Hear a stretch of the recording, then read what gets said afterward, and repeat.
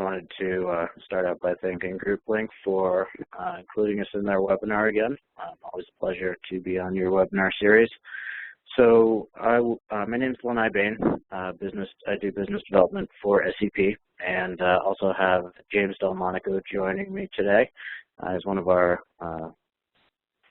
senior technical support managers and lead engineers. So I think some of you have probably been on our webinars before. We're going to have a very similar format, so we're just going to kind of go through real quickly, give an overview of SEP, kind of what we do, what we focus on, and then we'll jump into a live portion where we'll actually demo the product and kind of go through the GUI and stuff like that. So in light of the presentations following us today with Dean Lithgow and Lothar Wagner, both from Novell, we're going to go ahead and focus on Novell primarily today. So we'll go ahead and be looking at some OES backups, some Groupwise, that kind of stuff. So for those of you who aren't familiar with SEP, we are originally a German-based company, and I know there's a lot of backup products on the market today, both enterprise products, consumer products, niche products for certain applications or for virtual technology.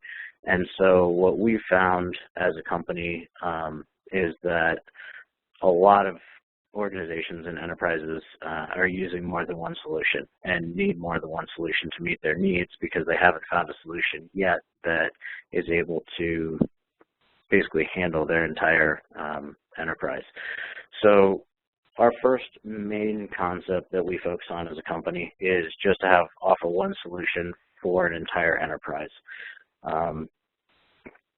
We're able to support such a wide range of applications, operating systems, Groupware, things like that, that we're able to help companies standardize down to one solution, have one central management console, and really manage all the backups, whether it be just at one location or across the globe from one single management interface console. Obviously, it cuts down training costs, enables more cross-functionality between administrators, and really just helps focus all backup efforts into one product. The second main thing that we focus on is performance. We use multi-streaming technology, so we're able to back up multiple streams of data to a single media at the same time.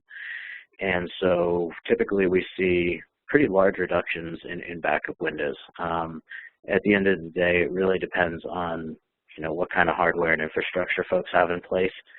Typically tends to be our limiting factor. But it's not uncommon for us to see, a backup window shrink by, 50 to 95%. And we do see, those numbers in the 80, 90% reduction in backup window pretty frequently. Third main thing we focus on is reliability. So if any of you guys have been on my webinars before, you've probably heard me say this before, but being that we were originally a German-based company, we have different laws that we have to adhere to in Germany. And so one of those laws is that if we tell another company that we're going to back up their data, we actually become 100% financially responsible for that data. So that's something that we take very serious. Our customers always have to be able to restore anything that they've backed up if they have a successful backup confirmation message. And so, unlike some of the other products that are on the market today, users won't experience doing a restore and finding out that there's a corruption or that part of a file is missing, or maybe even, the whole file is entirely empty. So the product is extremely reliable. Anytime you get a confirmation that a backup task was completed successful, you know that you're going to be able to restore that data. And then the second part of this, or the fourth thing on here is it's not really something that we focus on as a differentiator, but I do think it's relevant just based on the way the economy's been for the past couple of years, and you know, the movement for a lot of organizations to try and consolidate and cut their costs and lower their budgets. So SEP is very price competitive. We come in at about 40% of industry average. So it's very quick to get a return on investment, and you know, the total cost of ownership is very low compared to other solutions on the market. Just a quick overview of a lot of the operating systems, applications, databases, virtual technology that we support. So starting from the left, from the operating systems, we can run on Windows, Linux, or Unix. So we can run on any version of Windows after, I believe, Windows Vista, so 2003 and up, including Vista itself. And then on Linux, it's anything after kernel 2.5, so all different flavors of Linux. And then on Solaris, I think anything that's been out for the past 10 or 15 years is fully compatible. As far as applications go, you know, Groupwise is fully supported, Exchange, SharePoint, Lotus Notes, all the main Groupware solutions. And then all the databases we support at a native level. So, you know, for Oracle, we communicate directly with RMAN. One of the cool things that we do there is, instead of having RMAN back up data to a intermediary repository before it backs up the data to the backup media itself, we can actually just stream the data directly to the backup media itself. So pretty large reduction in backup time when it comes to backing up Oracle. MS SQL, VSS Aware, you can do cross-table restores, all that kind of stuff. And SAP, we've been a long-time partner with SAP and have some pretty cool things that we can do to support those databases. From a hypervisor standpoint, we support all the major hypervisors, VMware, Hyper-V, and Citrix Server. And for bare metal recovery, we support Windows workstations, and Linux servers as well. And we'll get a little bit more into the virtual technology and bare metal recovery in a minute. So the way that our multi-streaming works, it's not just that we're able to back up multiple servers at the same time. We take a different approach to scheduling backup tasks also, which is a little bit unique. And so we can group different backup jobs and tasks into groups. And the cool thing about that is, in this little diagram on the left-hand side, we have 9 servers over there.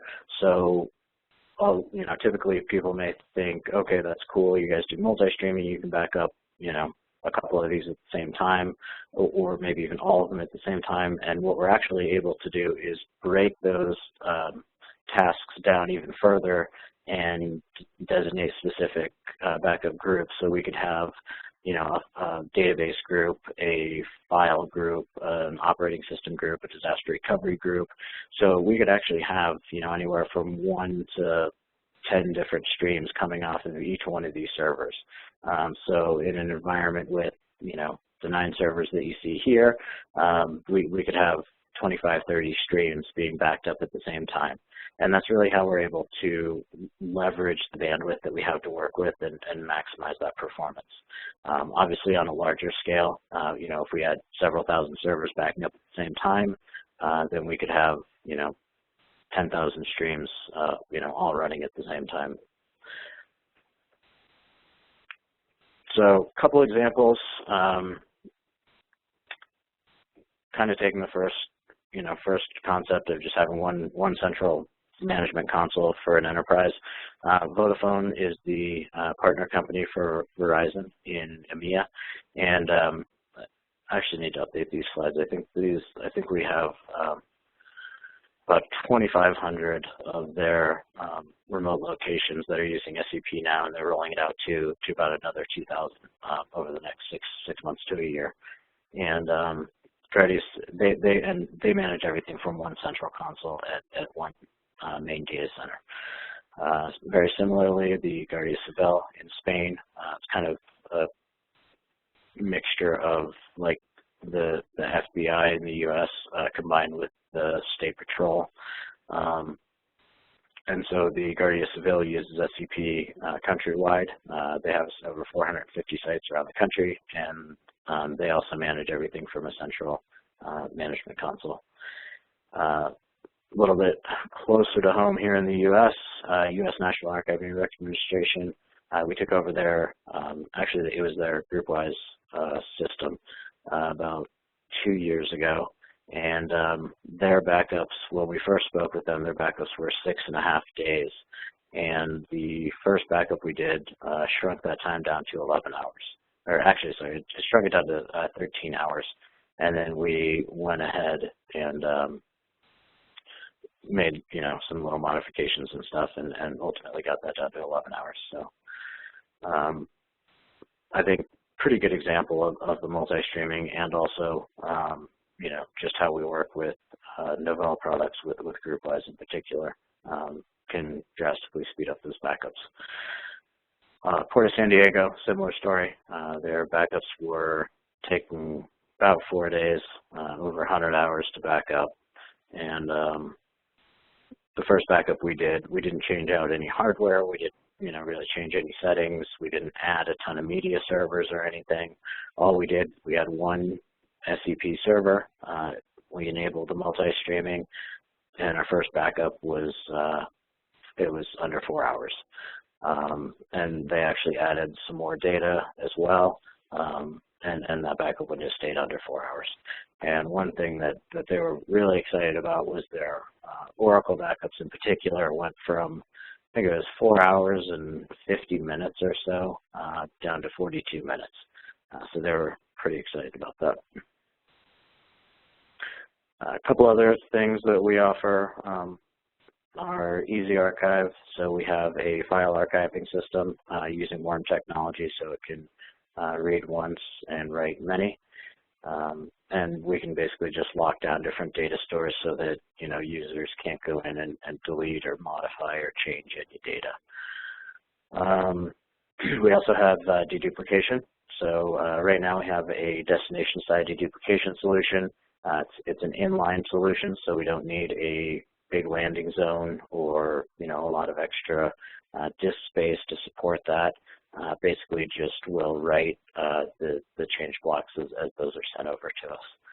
And I put generic drivers on here, and what we mean by that is we're basically able to write to any type of media that's recognized by an operating system. So we just rely on the operating system drivers themselves, so that we don't have to come up with our own custom drivers, and so that our customers don't have to wait for us to release new drivers or driver configurations or anything like that. Like I had said, we do have bare metal restore for Lennox, Windows, and Windows workstations. We have 2 different versions. We have a version that works for both similar hardware, and then we have another version that works for dissimilar hardware. So depending on customers' requirements, we can offer each solution. There's a little cost difference in licensing, but it's basically whatever is going to be the best fit for the customer. So that's both for Microsoft and for Linux. We have both those options.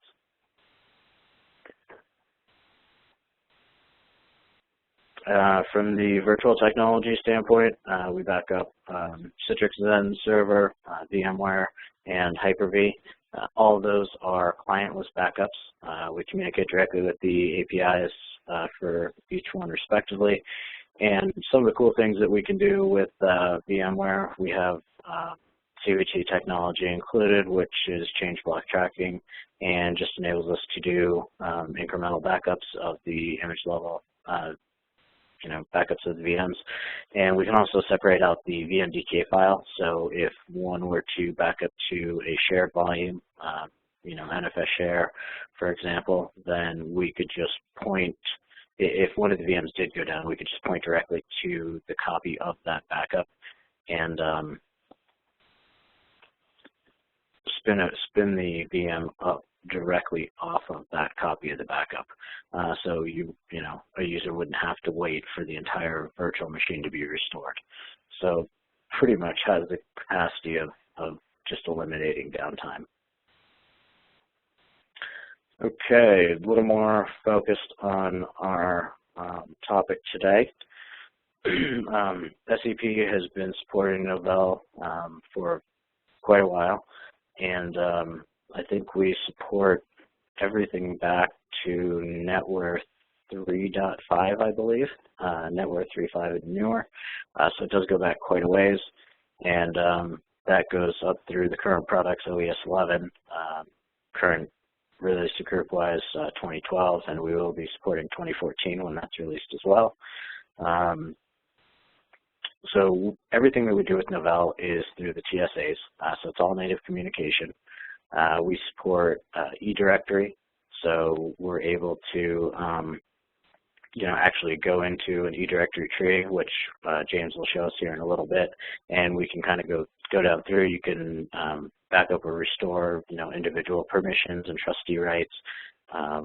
One cool thing that we can also do is we can do a full backup of Groupwise, of NetWare 6.5, and all you need to do is do a full restore over to OES 11, and everything from eDirectory, all the NSS files, everything transfers directly over.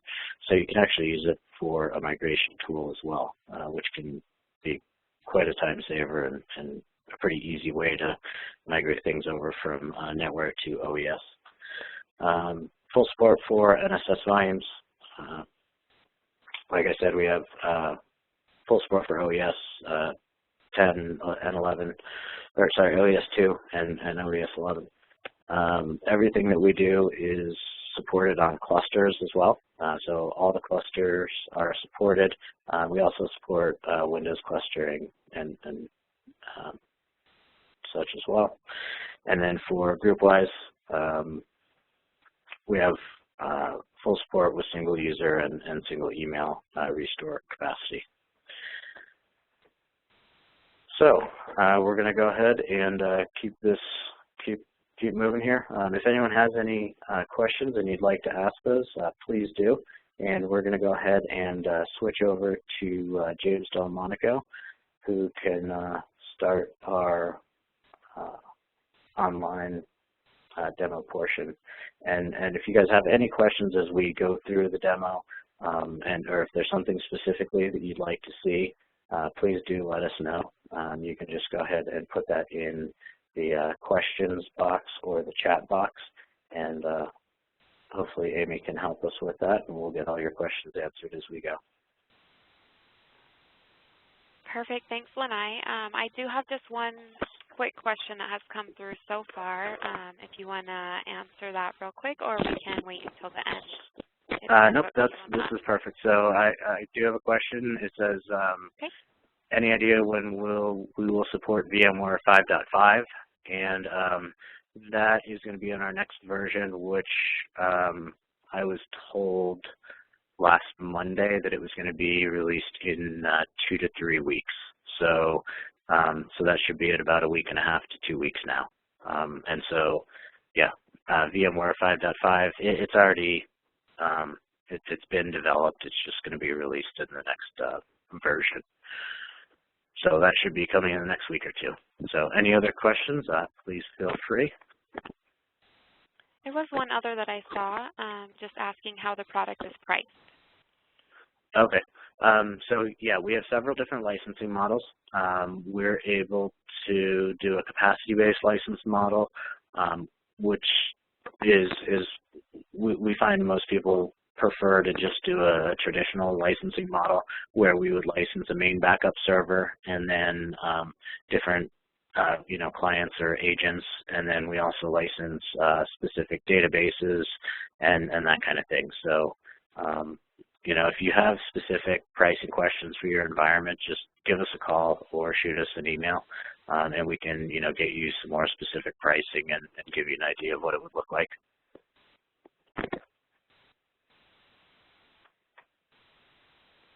Okay, and I am seeing one more question, and then we'll pass it over to James. Just the last question here so far, and we will have time for more questions at the end.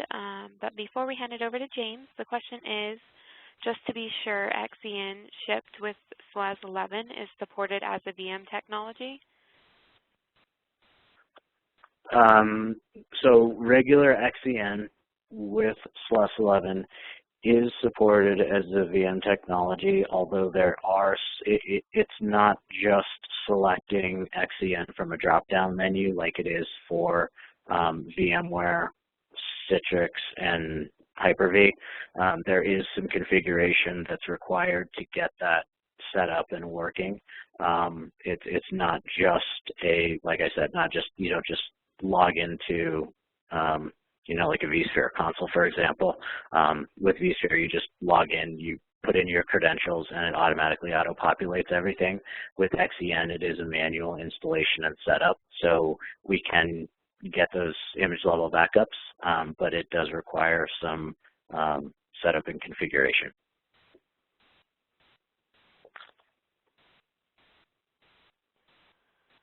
All right, thanks, Lenai, and let's go ahead and pass it over to James. James, are you there? Hello.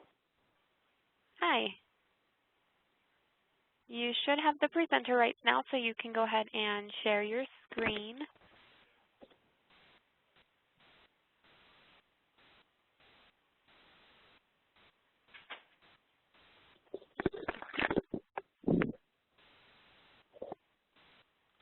Okay. This is a fresh installation yesterday of Sesame Server product on Windows. Everything that you see here is the same on Windows and Linux and also Solaris, including you know, the entire GUI itself. We use data store as our basis for disk technology. This works with dedupe storage, with network shares, or with any file system that the server can utilize. So file system agnostic, you can use whatever technology you want for the underlying storage. This just prevents the drive from getting full. Tape drives and loaders are automatically detected. Same thing goes as far as driver agnostic. We use the operating system drivers to handle all the transactions. So all libraries and all tape drives are supported. The logical units we deal with are called media pools, and they just have a retention period. So any data that we copy into the pool won't be overwritable for a set amount of time. We can back up data from clients to media pools. We can restore data from media pools to clients. We can also migrate from one media pool to the other. In that case, the second copy takes on the retention property of the new target pool, and the original copy expires naturally. They're all presented flat here, so it doesn't matter if it's a remote media server or if it's tape or if it's disk. It's all just a media pool to us.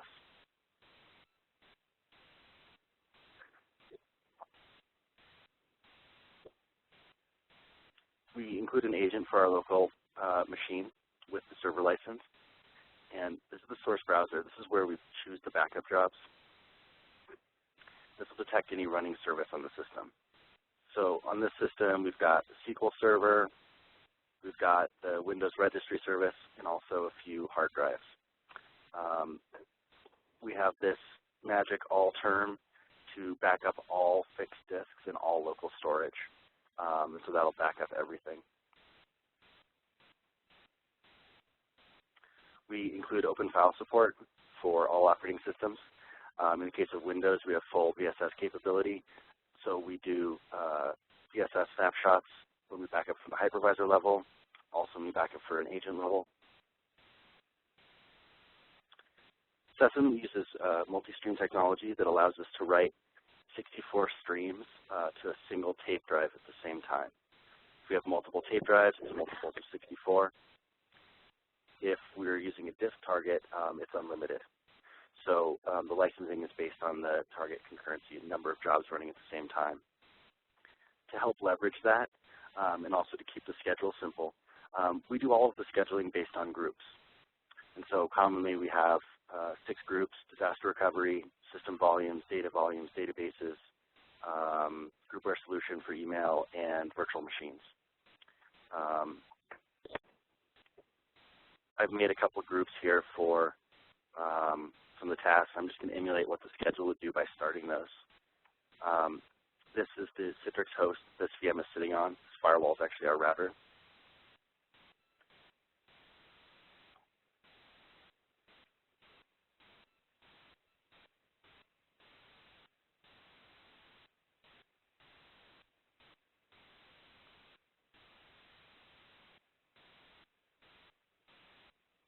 Okay, so now we've got all of the jobs started, and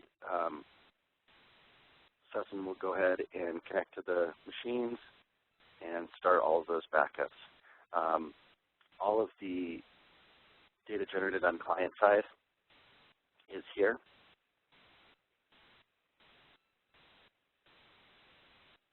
You can see the jobs starting.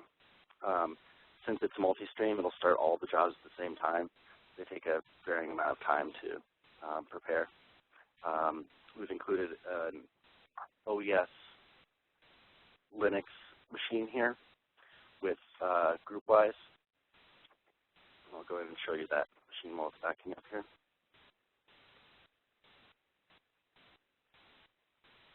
So we connect to OES Linux machine. We leverage the Linux agent, which works on all Linux machines.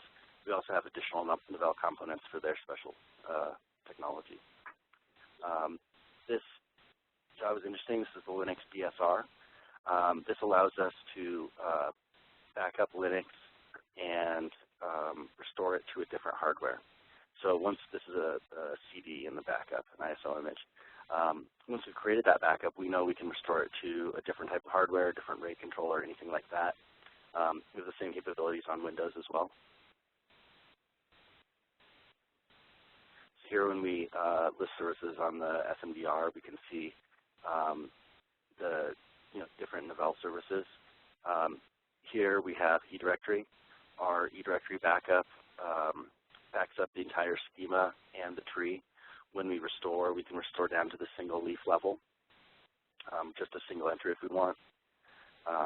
Full support for iFolder, also NSS volumes and Groupwise.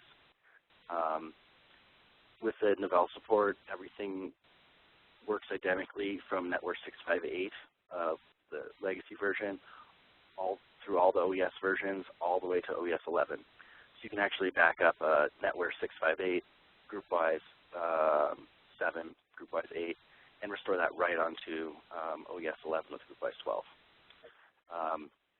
The NSS backup is able to do things like back up the ACLs only or just the data. We're able to do decompression during the backup to make it so the job would be restorable to a compressed or non-compressed volume. The Groupwise support automatically determines where the post office and domain are located and provides those. We do entire post office and single message restore. So you're able to go down and just restore a single message. You have the option to use our GUI to do that or the Groupwise GUI. Let's take a look at these backups. Okay, so almost all of them have completed here. Organize them by start time. So we started Citrix Backups. We can see the metadata as far as what the throughput is looking like and on a per job basis and also the size.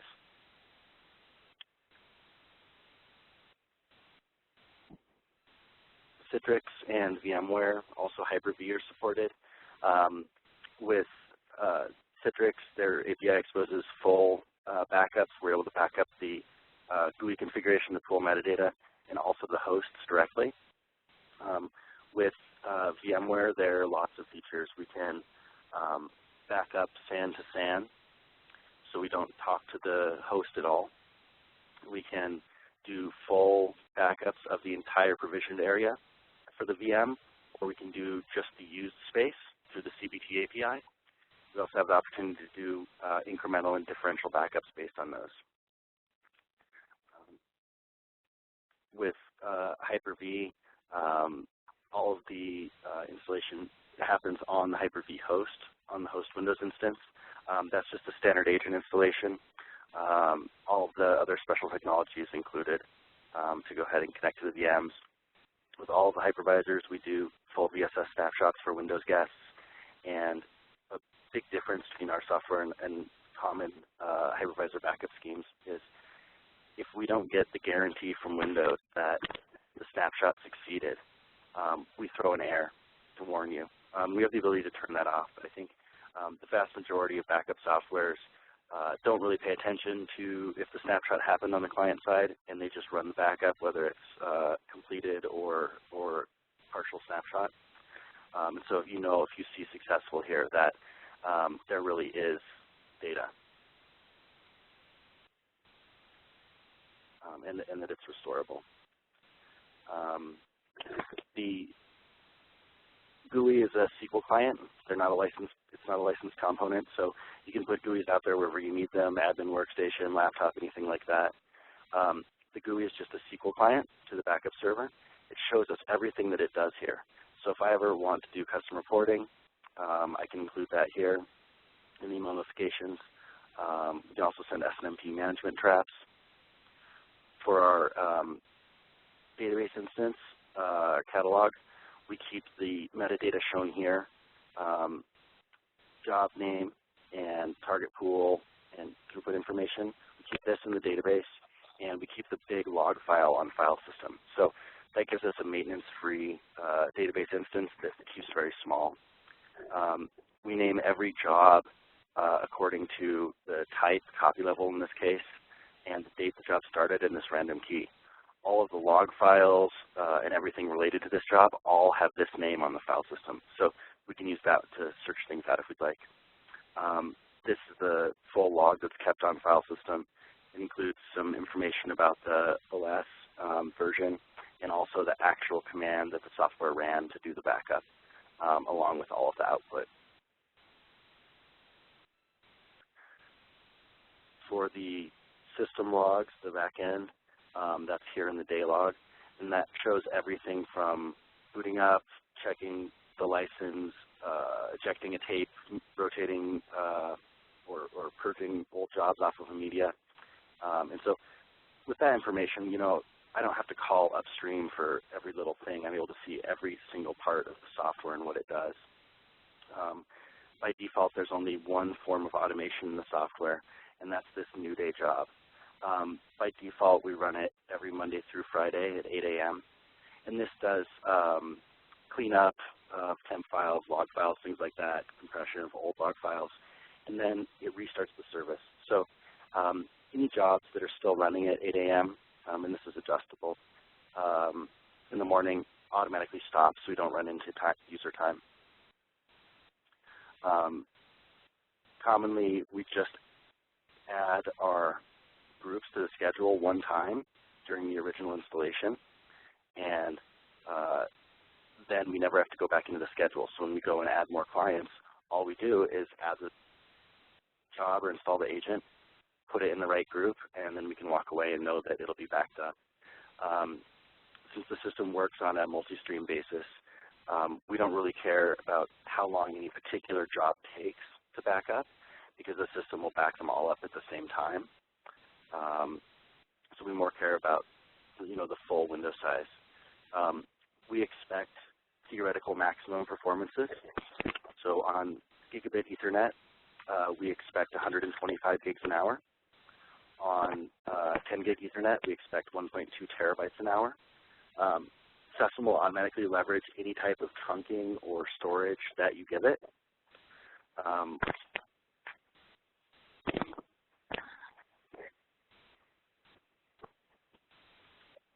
So that's the real basis of the software and the functionality. Support exists for everything Windows, everything Linux, everything Solaris. On the client side, any type of Unix or BSD or Mac is supported in addition. There's special support for NetApp, so we can actually connect to a NetApp through their API, make snapshots, back up the data that way. Support for all the big databases. And so commonly there's agent-based support for all the SQL stuff, also Open LDAP, and they include the directory backup for eDirectory and for Active Directory for free with agents, as well as the open file capability. So that's really the basis of getting going with the SESM product. At this point, I'd like to open it up for questions.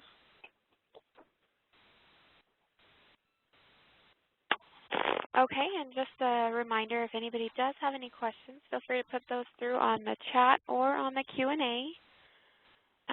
Looks like the first question I'm seeing, does the software use GFS, grandfather-son, schemes with options for incremental or differential options? Yes, the software can be made to do that. The reference installation in the US, the default installation, is a weekly full, daily incremental. And I can show you how that works. With Media Pool, we put in the retention time. So normally that would be a weekly retention of 7 days. If we write on the first Friday, that's day 1. And then we do some incrementals Monday, Tuesday, Wednesday, Thursday, for example. And then that second Friday is day 7. Our jobs are still going to be locked. So with this type of retention setting of 7 and weekly fulls, then we end up oscillating between 1 and 2 copies of the full on the storage. If we're migrating data off to tape or offsite location every day, then this would go between 0 and 1 copies on the storage. We can create as many different media pools as retention zones that we like, and we can migrate between the pools or start new backups to the pools. So not only can you do GFS rotation, but you can actually do any form of rotation that you want.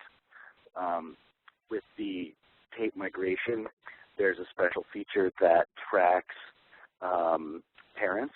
And so if you go to migrate an incremental, it knows to lay down the full and all the incrementals right in a row on the tape. So it lets you do as close to a single tape restore as you can, if your data fits on one tape.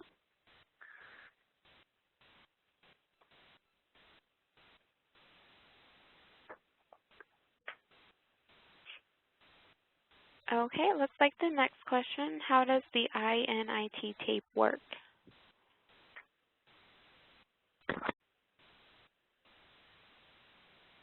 The INIT tape. As far as the tape technology goes, we just look at the OS driver. So anything that shows up as a tape drive with a driver works for us. We don't particularly care the size or the length of the tape.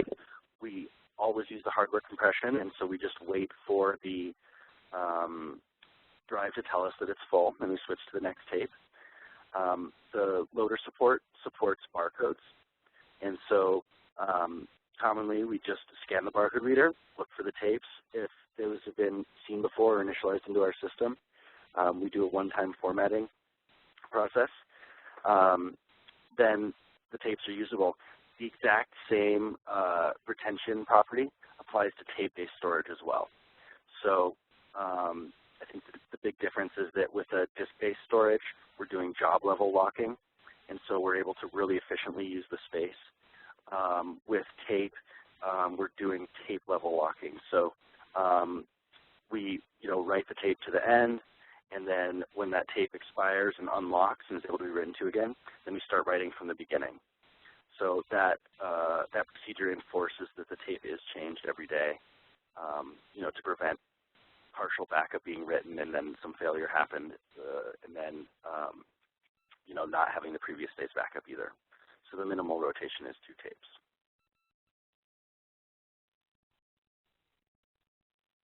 Okay, perfect. It looks like the next question, can the data store be replicated for off-site storage and be functional if needed? Certainly. And that replication can happen at many levels. So internally in the software, we call it migration. And what we're doing is we're making a copy from a file on one partition to a file on another partition. That could be replicated storage. That could be a remotely mounted share of some type or NAS device or filer. We could also be writing our original data to a dedupe SAN with replication to another remote site, and replication could be handled at that level. Once we write out our save set files, each backup ends up in one big file with a unique name. And so once we've written it out completely, we don't touch the file again. We've already analyzed it. We've already cataloged it. So at that point, that file could be picked up with any sort of copy and moved to some other location. And all of the intelligence and heavy lifting about opening those files and restoring the data is inside the agent. So even in an emergency without the backup server at all, where we just had our storage device, we could just download a 15 megabyte agent and immediately start restoring that data locally. So the GUI crafts the command line to help us do that, to make that easy. We also included command line tools that do things like automatically analyze tapes, recatalog them, automatically run restore jobs, automatically DR restore the SESM server. We send an email notification every day that has a jumpstart SQL file that has this GUI configuration in it, so we can instantly get back to our configuration.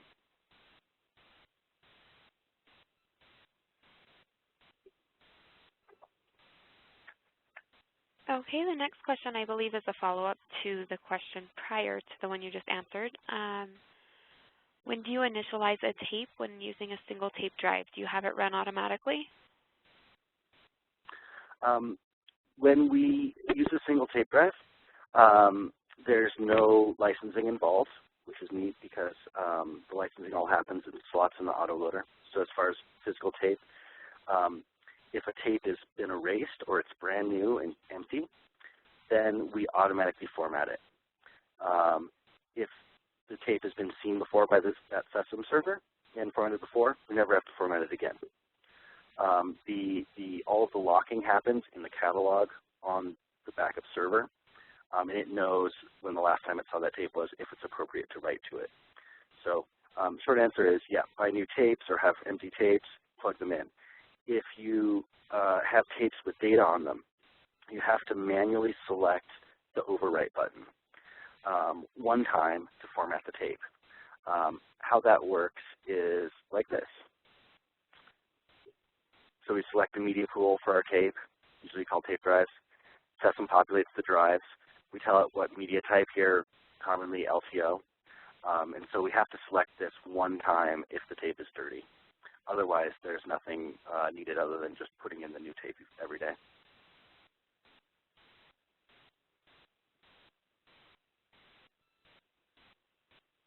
All right, perfect. Looks like the next question, can you show us what a restore of a file might look like? How easy is it to locate files from the system database catalog? Sure. As a rule, we select a backup that's completed. This green indicator indicates that the job completed successfully. Normally, our system also keeps track of backups that failed. So if some client went down halfway through the backup, we do have the option to restore that partial. So we can go directly to the task, new restore task, restore wizard, restore wizard. It's all the same. So we select the volume where we're missing our data, select the date range for when we lost our file. We select a file in that date range. I can see that this was a copy level backup. That's the same as full, just doesn't track the file access dates like a full backup would. If I saw that it was an incremental or differential here, and I highlight it, SESM checks this generation restore box. And that gives us a tree view of all the files from the first full, all the previous incrementals or differentials to the current incremental. If we go and uncheck the box, then we see just the data in that incremental or differential. SESM uses intact save sets. So whenever a file changes, we back up a whole copy of that file in the incremental instead of just some blocks. And the cool thing about that is that you can then aggregate incrementals locally. They're restorable without the parents. It also means that everywhere that SESM is using storage has valid data from your organization. The tree view, there's search on the job level. There's also search here. We can find the files that we want.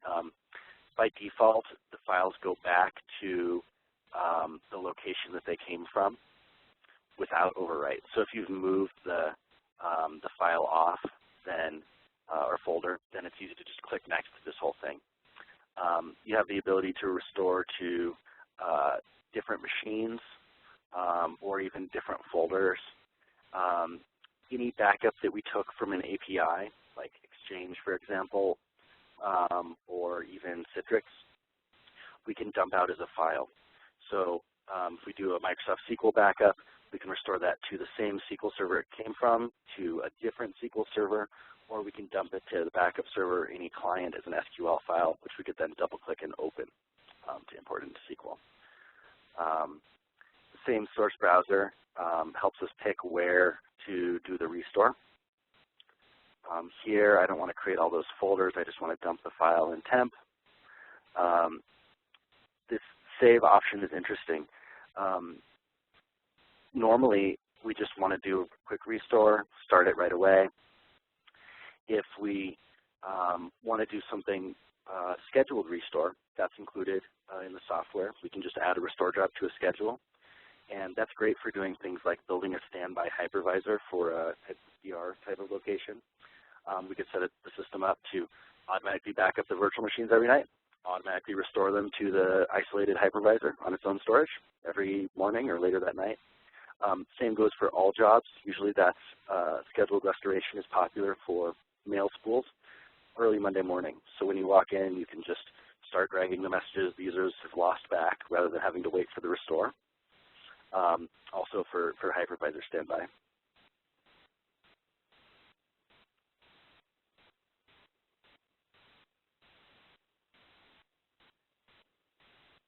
Okay, perfect. I'm seeing one more question at this time. So if you do have any more questions, feel free to put those through on the chat or the Q&A. We do have a few minutes left for questions.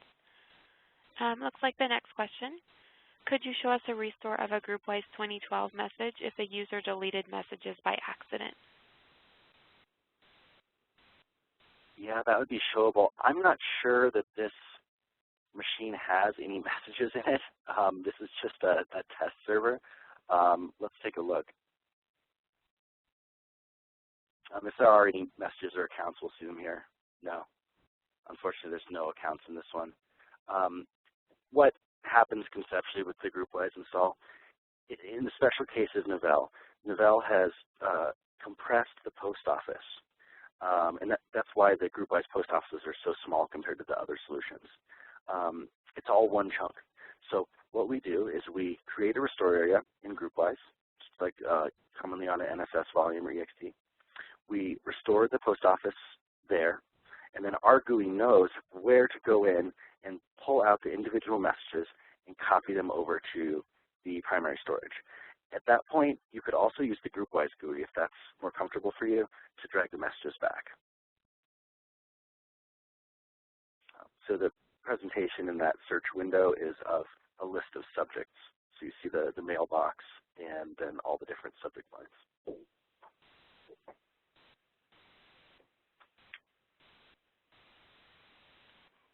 Okay. Can the software send email confirmations or logs of successful backups to a user or group?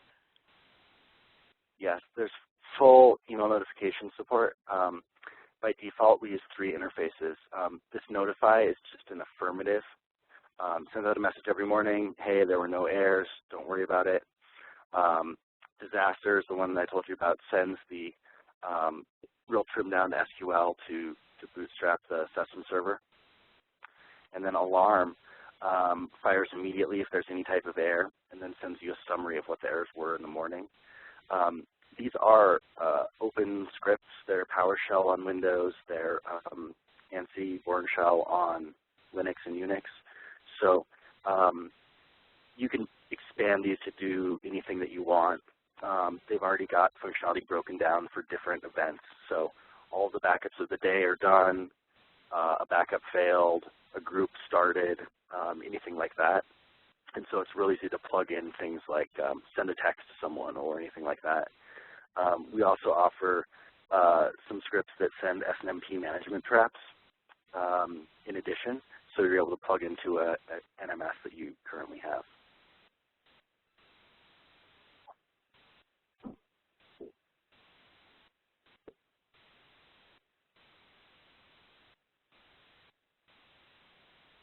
Okay, it looks like the next question is here. Let's see. If you migrate the client from NetWare to Linux, do you have to change only the platform of OS from NetWare to Linux if you keep all the server information the same? Yeah, primarily what the system handles is the case and character set conversion. So you can use, as far as the actual Novell migration, all you need to do the migration is a successful backup of the domain, host office, and the NFS volumes, or iFolder or whatever else you have on there, and eDirectory. Then you get a fresh OES and restore them with overwrite mode. And that handles all the case conversions. As far as the actual SESM license is concerned, our client licenses are reassignable. So when you get a server license, you get 100 clients, and they can be whatever operating system you want, and you can change that whenever you want. Normally when I do a migration, I will go and disable the client and change the name like this, and then create a new client here for the machine. And that way I can keep all of this historical data here until it naturally expires. So, normally that's the best procedure, assuming that you have the space. Does that answer your question?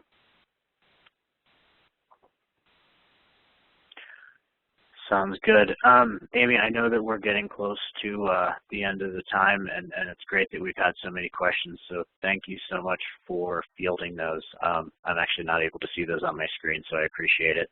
I was going to say, can we just pop up back over to my screen for a second, and I'll put up some contact information for us, and if anyone else has any additional questions, please feel free to email us or give us a call. We're more than happy to answer any questions that you have, obviously, and also if there are anyone who would like to see a demo or see what this looks like on your infrastructure, run a little test. We do offer a free trial version, so it's a 30-day trial version. So please contact us at the number or email that you see here on the screen. Again, we're more than happy to, jump on and help you get things configured if you'd like to do some testing, run that 30-day trial, or if you just have questions that you'd like answered. If you'd like to see some pricing or anything like that, just reach out to us, and again, more than happy to help with that.